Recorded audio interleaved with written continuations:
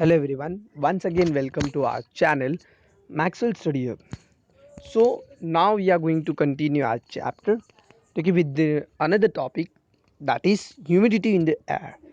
Okay, in the previous class we have already discussed about we have covered two topics. We have already discussed about the introduction to the humidity. We are familiarized with the humidity and we have discussed about the evaporation process. Okay, so now we are going to discuss about the humidity in the air. अब हम पढ़ेंगे humidity क्या होता है air के अंदर.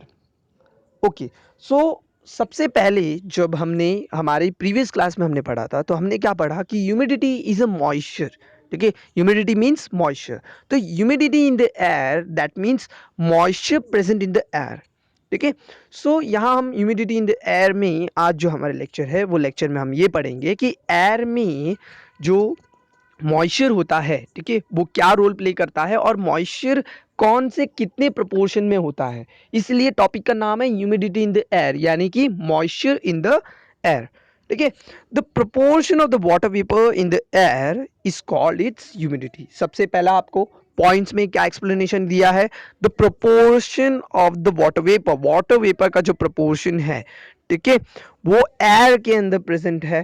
ठीक है, उसको आप क्या बोलोगे, ह्यूमिडिटी बोलोगे, जो कि हमने प्रीवियस क्लास में पढ़ा कि humidity means moisture present in the air. वही चीजें यहाँ पर बोला है कि जो प्रोपोर्शन में वाटर वेपर्स प्रेजेंट होंगी एयर में वो क्या होगा, ह्यूमिडिटी होगा, ह्यूमिडिटी इन द एयर होगा.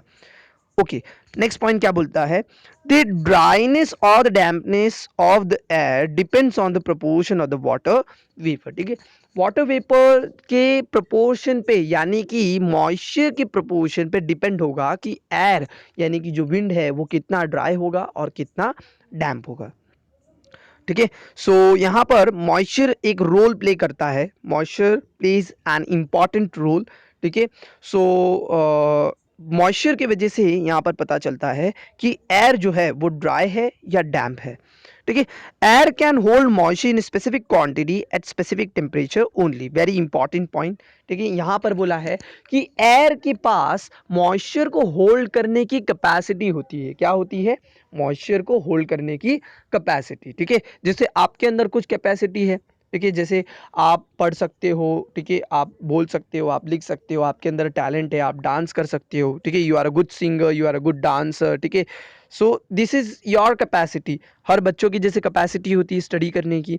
ठीक है, कोई कुछ बहुत अच्छा पढ़ता है, कोई कम पढ़ता है. ठीक है, सो वैसे अकॉर्डिंगली वैसे ही हमारा मॉइस्चर जो है, ठीक है, एयर जो है वो एयर के अंदर भी क्या होता है, मॉइस्चर को होल्ड करने की कैपेसिटी होती है. ठीक है, so this moisture holding capacity when air holds the air has a specific capacity to hold the moisture.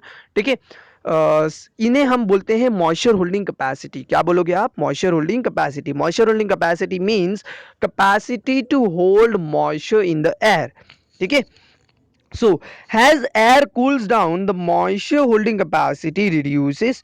This implies the warmer air can hold more moisture than cold air. ठीक है, यहाँ पर क्या बोला है स्टेटमेंट कि जितने भी गर्म हवा होती है यानी कि द वार्मर विंड, ठीक है, can hold great amount of moisture. ठीक है, whereas the cooler air, ठीक है, cooler as compared to the warmer air, cooler air cannot hold much more moisture in the air. Why so? ये ऐसा होता क्यों है कि गर्म हवा जो है, ठीक है, वो सबसे ज़्यादा मॉइस्चर होल्ड करती है, उसके पास मॉइस्चर होल्डिंग कैपेसिटी सबसे ज़्यादा होता है, और ठंडी हवा में मॉइस्चर होल्डिंग कैपेसिटी, मॉइस्चर को होल्ड करने की कैपेसिटी काफ़ी कम होती है.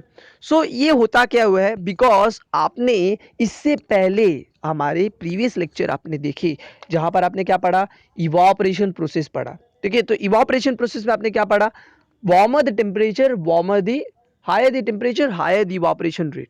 ठीक है, जितना ज़्यादा टेम्परेचर हाई होगा इवापोरेशन उतना ही ज़्यादा होगा.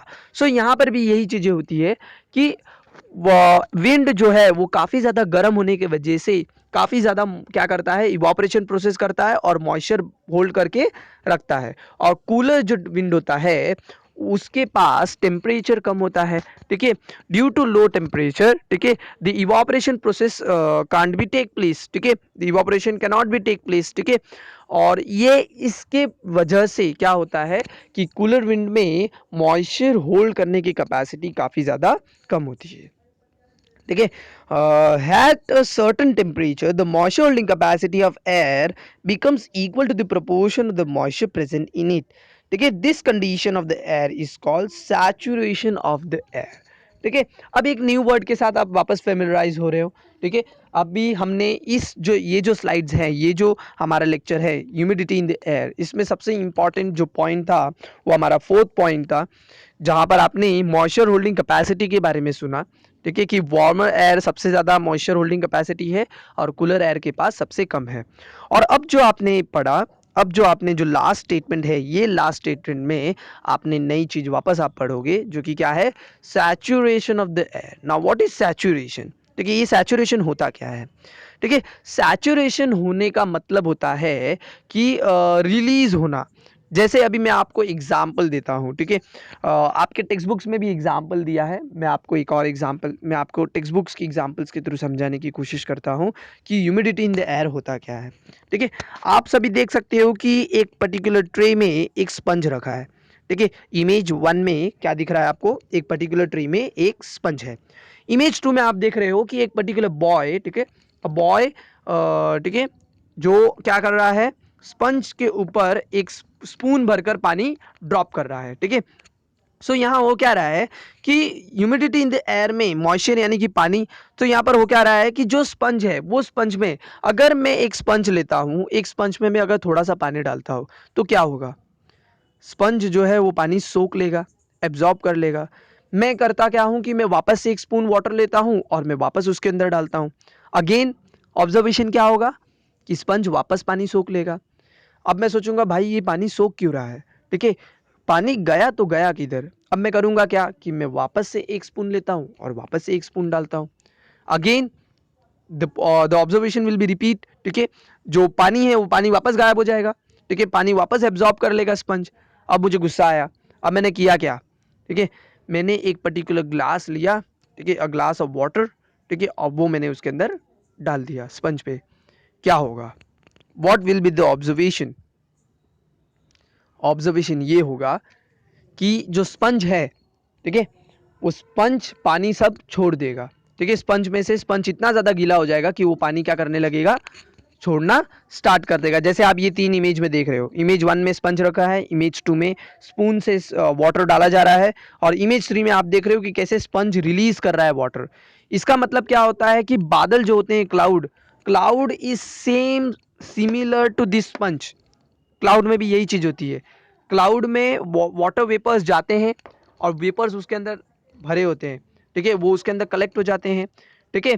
जैसे ही क्लाउड का मॉइस्चर होल्डिंग कैपेसिटी खत्म हो जाता है, क्लाउड क्या करता है, बरसात के रूप में उसे छोड़ देता है, यानी कि सैचुरेशन कर देता है। तो यहाँ पर यही बताया है कि जैसे हमने एक्सपेरिमेंट में देखा कि स्पन के पास मॉइस्चर को होल्ड करने की कैपेसिटी होती है, वैसे एयर के पास भी मॉइस्चर को होल्ड करने की कैपेसिटी होती है।